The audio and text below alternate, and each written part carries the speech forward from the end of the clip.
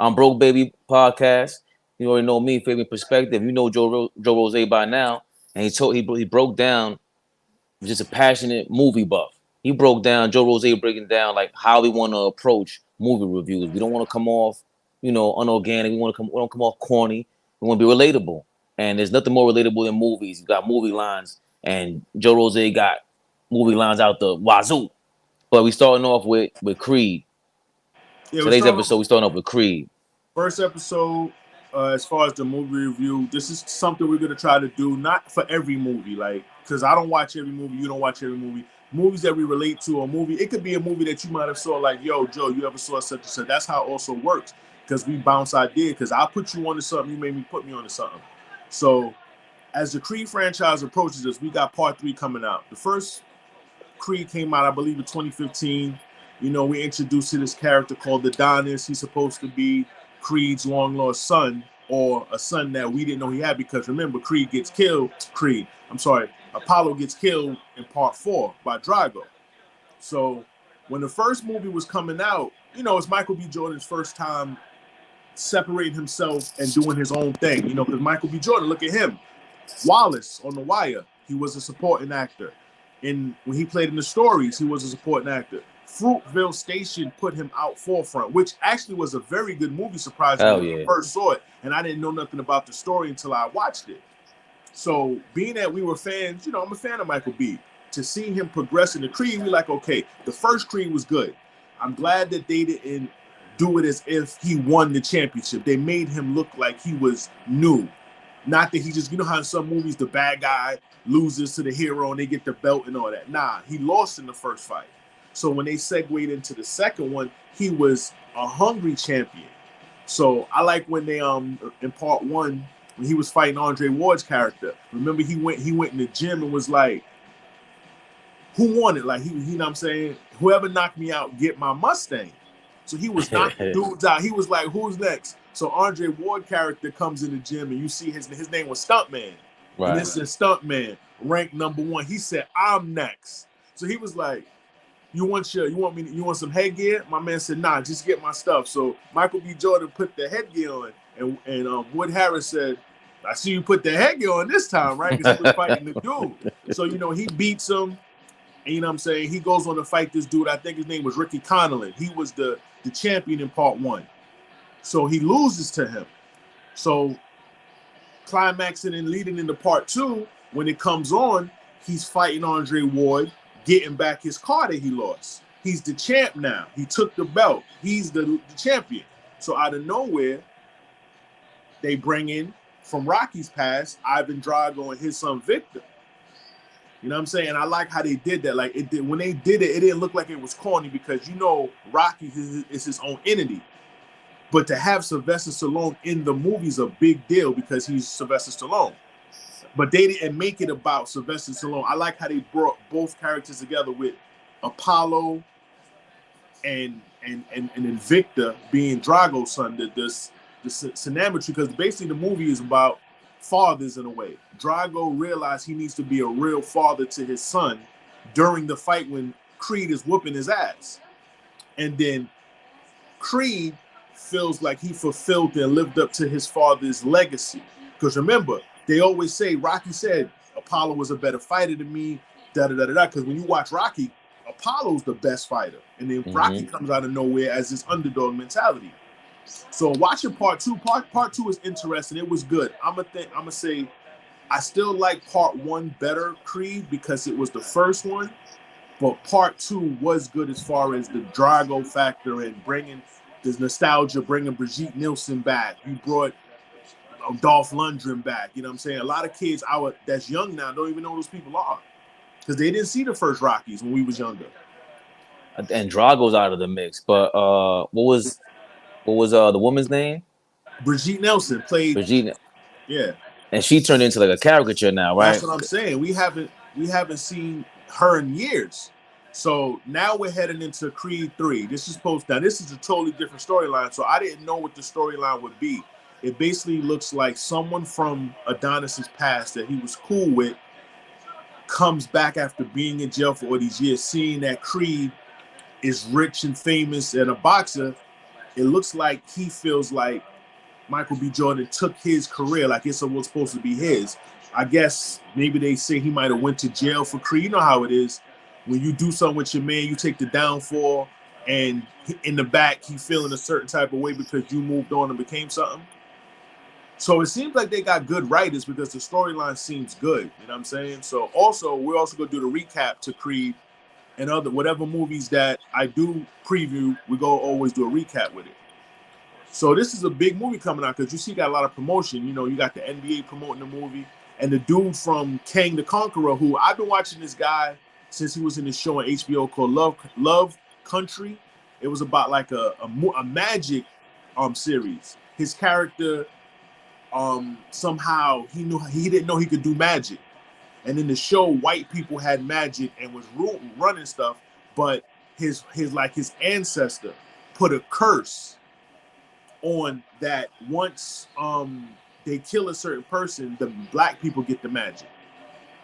It's called Lovecraft Country. Yeah, it came on like 2 years ago on HBO. It was on he was in it, and the dude that played Omar from The Wire, he was in, not Omar from The Wire. Yeah, Omar. He was in the two playing the guy's father.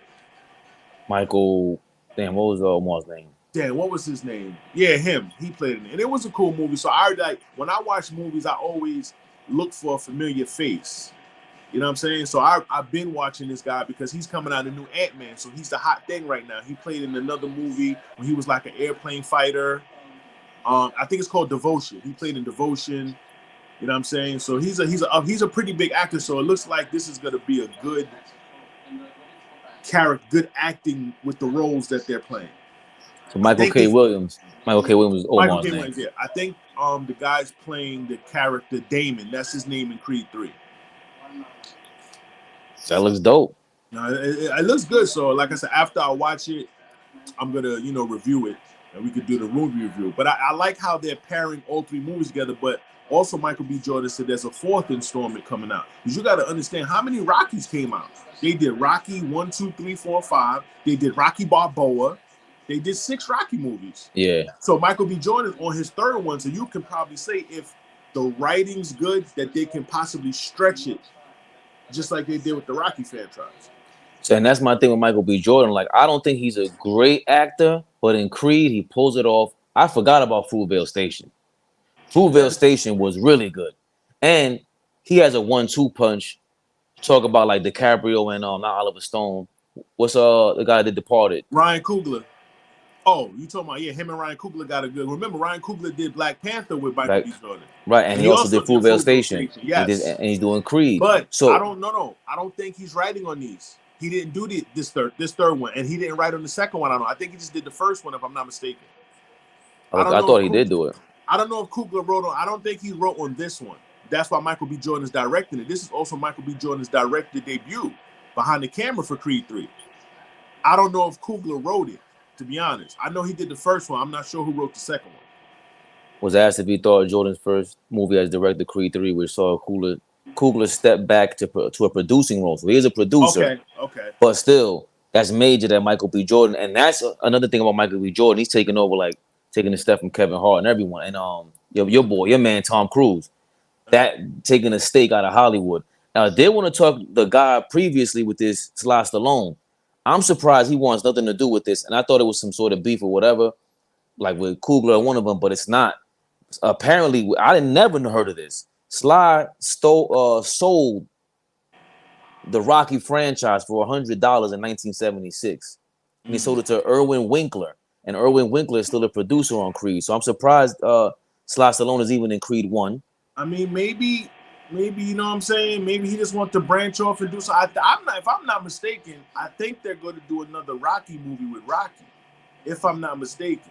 But at the same time, it could have been filming conflicts. Who knows what happened? But at the same time, I think Michael B. Jordan is stepping away from Sylvester Stallone's shadow. I think that's good for him. Because if this movie does well without Rocky, that's what we're trying to see. Can it survive and move without Sylvester Stallone being in the movie? Now, I'm pretty sure they're going to reference Rocky in the movie, but I don't think they might show a picture. You know how they do in movies? They might kill him off. They might show an old picture of Rocky or something like that. So who knows? But No, looks go like ahead. most of the characters coming back. Like Wood Harris is going to be his trainer. He was in both the first two movies. I don't know about the other people in the movie, like the cut man, the guy that made the gloves, the Spanish dude with the glasses. He's a real cut man. Like they had real dudes that boxing trainers in the Creed movie. That's what also made it authentic. Just to finish that off, Stallone said he had zero ownership of Rocky. He sold it for $100 in 1976. Winkler, most recently, he criticized Winkler for developing a new spin-off based on Dolph Lundgren's character Ivan Drago without his knowledge, calling him a parasite. He's also keen to make it clear that this is not about money. I wrote it. I thought it would be nice to say, here's a gesture, darling, here. Beautiful wife, beautiful children. Stallone remains open to collaborating with Michael B. Jordan. Again, if Winkler were to ever leave the picture, he currently has his hands full leading a brand new franchise, which promises to keep him very busy. Indeed, the gangster drama series Tulsa King from Yellowstone creator Taylor Yellowstone Sheridan. fire. So this is what Stallone is working on a gangster drama series called Tulsa King. So we know. Yeah, it's on Paramount already. So that's why I say it was probably also filming conflictions. But at the end of the day, if Creed 3 is successful, that helps Michael B. Jordan. Now, if it's not as good or it's just a bad movie, you know what I'm saying? People make bad movies all the time. A lot of actors make bad movies. But I think that this movie looked like it's going to be good because they're giving you more backstory stuff that we didn't see. And they trying to bring, you know how a movie comes full circle, but it should be good. And the fact that how much of a lesson is it that I would think Michael B. Jordan has a lot of ownership in this film. Sylvester Stallone gave it up, right? And it's the total opposite. I would have thought he owned Rocky because I knew he wrote it, and I think it's based on some a Philly boxer. Yeah. So for Michael B. Jordan to own this and what we talked about with The Rock, he doesn't have that franchise series film like Sly and Arnold Schwarzenegger. But Michael B. Jordan, he has this. I think he has a jackpot. Yeah, The Rock doesn't have his own signature franchise, but the closest thing he's been to in a franchise was Fast and Furious because I think he did part 5, he did part 6. I think he did 5, 6, and 7. I think he did 3 movies. Right. I think he did 3 of them. Right. So and just the fact that Michael B. Jordan owns this or has part ownership in it, that's big time, like you're saying, and it's good. Like it's not some BS. You know, say what you want. Fast and Furious is fast food kind of action movies, right? Creed has a little more substance involved, but I think everything about it, the quality of it for Michael B. Jordan is just dope. No matter what I think about his acting, it's a good role. Like I said, it's about role choosing. It's about when you're an actor, they say the role you don't choose the role chooses you. And you want people to be believable. Like I believe Michael B. Jordan as Adonis. If he was playing a different character, like let's say for instance, he was trying to play a bad guy for the first time, but we saw him play the bad guy in Killmonger. That's why I like him in Black Panther because he was believable as Killmonger. So that lets me show Michael B. Jordan can play a villain. That's what we also have to see. There's a lot of characters and a lot of movie stars that stay in one role. Bruce Willis played the bad guy. Mel Gibson's played the bad guy. Danny Glover's played the bad guy. Tom Cruise played the bad guy. You always see these characters, like we've never seen The Rock be a legit bad guy. Like imagine if The Rock was someone nemesis in a movie. evil. He will be dope because he's The Rock and he has that characteristic because as a wrestler, you flip-flop from a heel to a likable person. So he can do it. It's just the fact that, like I said on another previous podcast we did, if he would have played Bane, if Rock would have been Bane, the physical stature of The Rock would have been crazy on camera because he's intimidating. Like remember in The Dark Knight Rises when Catwoman take Batman and they trap him in that thing and the gate come down behind him and she says, "I'm sorry." He goes, "Let's not fall on ceremony, Mr. Wayne." And he walking towards him. Imagine if that was The Rock. Yeah. That would have been an ill scene because Tom Hardy physically wasn't big enough to be like, yo, for Batman even if you think about it, Batman, when he first saw Bane in the comic book, he had to be intimidated, like, yo, this guy's gigantic. To see someone, like, you know how in the movies, if they show the back scene of The Rock walking to Christian Bale, he looks intimidating from the back going towards a shorter guy. But they were going for the theatrics of the script with Tom Hardy, which is understandable. But The Rock needs to be someone nemesis. Like, look at Batista. I don't know if you've seen the James Bond movie that came out. It came out in 2019 or 18. Batista's in that movie. And Batista's crazy in this movie. He's like this dude's like bodyguard assassin. Yo, Batista is crazy because he's physically imposing. You I think understand what he's I'm the saying? second best. I think Batista's behind The Rock as the second best wrestler actor. I mean, hold on. John Cena got a lot of movies, and John Cena is very versatile. You like John Cena as an Bro, actor? you ever seen that movie, Cock Blocking, or when they was playing the parents trying to stop their kids from having sex? Nah. Yo, Blocker, yo, that movie is hilarious. John Cena plays, he played in the Fast and Furious playing a bad guy, but he also plays in comedy, so John Cena's versatile. I'm not saying John Cena's the best actor, but John Cena's up there with his movies, bro. So second place, either Batista. Second place is The Rock. No, who's first? No, I'm sorry. The first is The Rock. Second place would be Batista. I'll put John Cena third because John Cena hasn't had that. See, Batista's in Guardians of the Galaxy. He's in Marvel movies. That's bigger than, even though John Cena's entering his second Fast and the Furious franchise, Batista done did 7 movies already.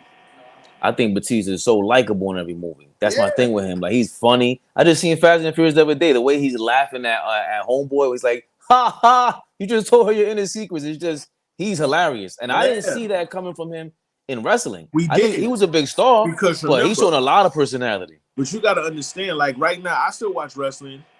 Roman Reigns' character is way different. They finally gave him a solid believer. He's the man right now. Mm-hmm. You know what I'm saying? Sometimes people have to work up to that role. Like when I was reading up on Triple H, that's why I have a lot of respect for Triple H.